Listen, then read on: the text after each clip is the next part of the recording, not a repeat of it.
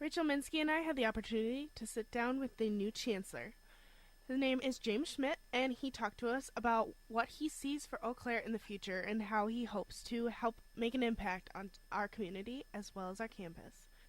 We first asked him what in your career, whether purely academic or simply life experience, made him the best person to be the UWEC chancellor. Well, I don't know if I'm the best person, but the search committee and President Riley thought I was the right person at this time. I've committed my entire career to higher education, and really my passion for institutions like UW-Eau Claire came from my own undergraduate experience. Like most students here, there's been a time somewhere in some classroom, probably a classroom, a faculty member said something, did something, or helped you discover something that created that sense of brightness, that light, that aha, that helped you connect some particular academic discipline or a topic to something that fit for your life. And it's that experience of the student-faculty relationship, the relationships we have on our campuses. It could be a member of our grounds crew, it could be someone who works in the cafeteria, it could be someone that works in one of the offices supporting students. It's those moments, it's that experience that happens to all of us at some point during our undergraduate career that made me want to make sure that future generations of college students had that opportunity. The entire time I was an undergraduate, I was very active in student government. So advocacy was a big piece of that. So I spent time in St. Paul and in Washington, D.C. working to make sure that future generations of college students had as good or better education than I was having. And my passion around making sure that experience can be created was really what got me interested. Now, over the years, I've worked in Washington for Congressman Penny. I was vice president for student affairs for a number of years at a two-year college in Minnesota. And for the last more than 14 years, I've been VP for University Advancement and head of the foundation at Winona State University. Over the course of my career, I've had a number of opportunities of bringing people together, helping to figure out how we can ensure that college students have that amazing opportunity. And I think the search committee and President Riley at some point thought I might be the right fit at this time for UW-Eau Claire. What attributes does the ideal chancellor possess, and which ones are your strengths? I think the most important thing for a chancellor is to listen. So this first year, I need to learn Eau Claire.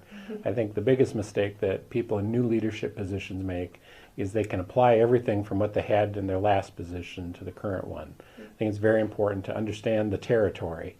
It's a line out of Music Man. You got to understand the territory if you want to work in it. So I need to understand University of Wisconsin-Eau Claire, the community, the culture, what's important to students and faculty and staff. And so I think listening is the first thing. The second thing is to be able to see the future a little bit clearer. It's a little bit of a 50,000-foot view. It's to look for opportunity. How can we take the assets of the region of Eau Claire? How can we take our strengths, combine them with others to make sure, again, we're creating that opportunity for college students?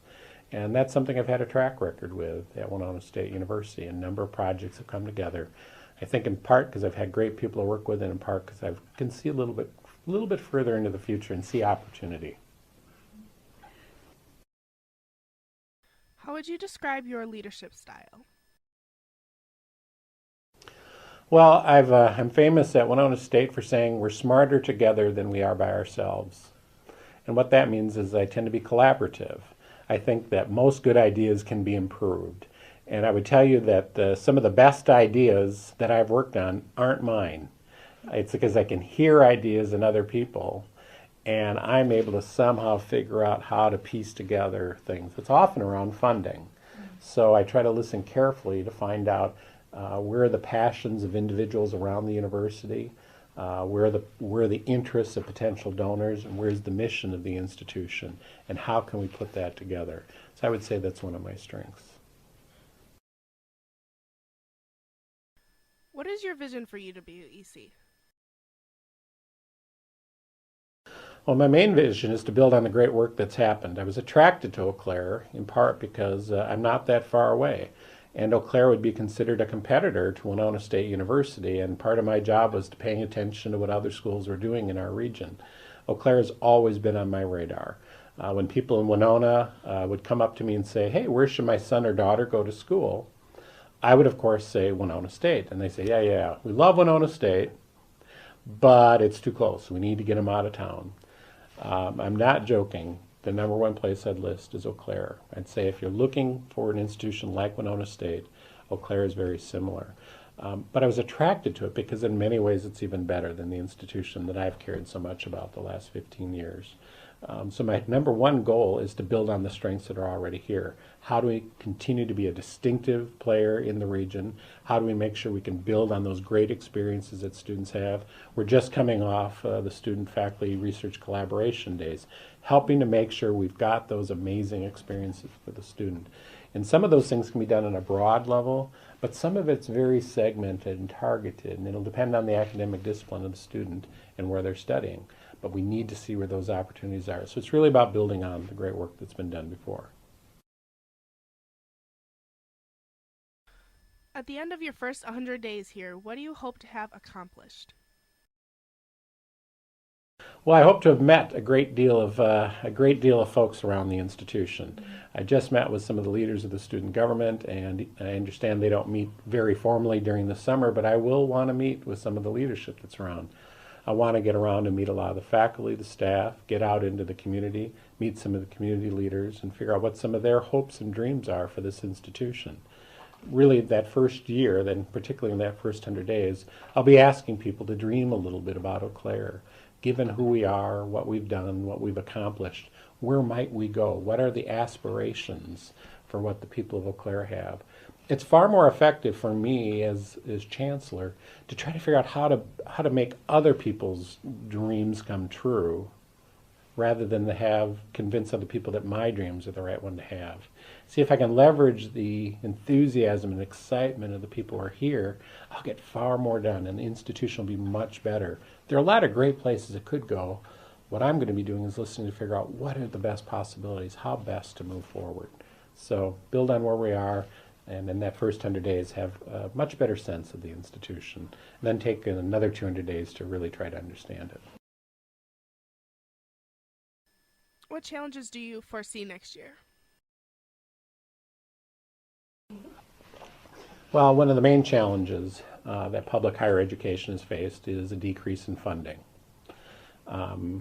Students for the last several decades have seen double-digit tuition increases, and more to the point, double-digit cuts from Madison. And that public disinvestment in public higher education is something that's very painful for me.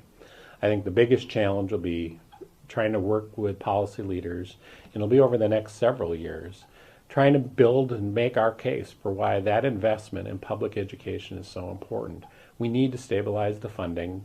We need to try to stop passing all those costs on to students. I think it's fair to ask students to pay for the quality of education, but I think it's important that the public see their value and what that is. Take a look at the graduates of UW-Eau Claire. We've got nurses, teachers, social workers, law enforcement. We've got biology majors, people that'll start small businesses. We're not producing all of the world's Fortune 500 companies. So, yes, we want our graduates to leave and achieve their goals, whether they be economic goals or career goals, but they're not making millions of dollars. They're in there doing things that serve our society. These are people that are making a difference in their communities. Tell me about the elementary and high school teachers you had that touched your souls, that touched the lives of young children. Tell me about nurses that have taken care of your parents, grandparents, uncles, nieces, younger brothers or sisters. What impact are they having to society?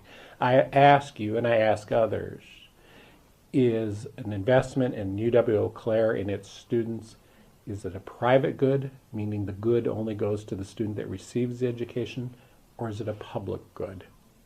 I think the answer is it's both. But the public needs to also make that investment. And we need to be accountable as leaders of the institution for how we steward those public dollars. But we must continue to have that conversation. This is not just about ourselves. We're here to improve our world. We're here to improve society. I think that's why most people come to Eau Claire. What do you believe makes UWEC a unique institution? Well, some of the things that I've learned about is that commitment to community service. I just talked about how our graduates are improving the world. From what I've seen, the student and faculty commitment to community service and engagement has been so important. And I think that Eau Claire attracts a different kind of student. I think, similar things tend to attract each other. I think if you look at other regional institutions, yes, they do some community service efforts, but from what I'm seeing here is that there's that sense of selflessness and service that differentiates us. I think, frankly, the commitment to a strong liberal education, a transformative liberal education that makes a difference. I think it's important that institutions like Eau Claire have professional programs. Nothing takes away from the College of Business, Education, or Nursing. I have degrees myself from the College of Business and Education. My wife has a degree from the College of Nursing. So I think those professions are noble and are important, but I believe it needs to be underrooted with that strong liberal education, critical thinking, communication, both written and oral, ability to work with people, to think creatively. Those are important pieces. I think Eau Claire has uniquely brought that important base and then built on that different career and other opportunities for students to advance. From what you know about UWEC so far, are there areas in which we need to focus? Well, I think that there are a number of areas that we need to continue to focus. I've taken a look at the campus master plan, and I think it's been very exciting to see the opening of the Davies Center and eventually the new College of Education building. I was pleased to see a couple of weeks ago we got approval in Madison to build a new student residence hall and to redo some of the road construction and access around Garfield Avenue, help make that bridge safer and the approaches to that better. So I think that campus master plan shows a very well thought out vision for what needs to happen. The work around the Confluence project I think is very exciting. So I think there's some infrastructure things that need to be addressed. I think frankly Eau Claire has been too long without some new building projects, and I think it's long overdue, and I think there's some pent up demand. I think we need to do a better job of telling our message, whether it's around the importance of public education. There's some new energy around taking a look at the brand of the university to help talk about really what is our message to our stakeholders, not only our students, but really reconnecting with our alums to say this is what you experienced, helping them to feel that pride, and hopefully they'll give a little bit back. Is there anything you believe that UWEC needs to stop doing, or any flags that jump out to you? What a great question. But I haven't been here long enough to really figure that out yet. I think Eau Claire has been a very well-managed institution, well-led. I think the chancellors that have been here have done a fantastic job. Clearly, there's a strong sense of shared governance among the faculty and staff and students, and there's that commitment to doing better. There are always areas to improve on, and you've asked an important leadership question, and it's something I ask back on my home campus now, and it's on every agenda. What are we going to stop doing? Because we can't do everything, and there are new initiatives that need some addressing. So realistically, in a tight budget, in a tight environment, we will have to figure out what are some things we're going to stop doing. But I don't know what those answers are yet. UWEC's motto is excellence. What does that mean to you? Well, excellence is a high standard. It means that you look for the best out of everyone. You look for the best in yourself. You constantly are working to improve. Even if we have the best of anything, right now we have the best hockey team in Division III. But I'll bet if you talk to the coach and the players, they think they can get even better. So excellence means always striving to be the best that you possibly can be and bringing out the best in others. When you finally step down as Chancellor of UWEC someday, what do you hope to expect to have accomplished here, or what do you want your legacy to be? Well, it's a great question. I think I want to personally look back and see that Eau Claire is a better institution than the one I had, when I first got here. But that's mostly likely going to happen where other people look back and they say, it's a much better place and we did it. I'm hoping that people won't say, Jim Schmidt did this. Because if that's what happened, if that's what got improved, it won't be lasting. It'll only be lasting if the Eau Claire community, the people, the faculty, staff, and students really believed in it. Again, I think I have some really good ideas, but the best ideas are going to be the ones that we all developed. And so I hope when I leave, people look back and say, wow, we did a lot while he was here, but it's we did a lot. It isn't I did a lot. I will tell you that I'm honored and a bit humbled to be the next chancellor at UW Eau Claire. This is a fantastic institution. I would say directly to the students that you chose wisely. What a great place to go to school. And I want to open an invitation. Anyone sees me walking around the campus, please come up and introduce yourself.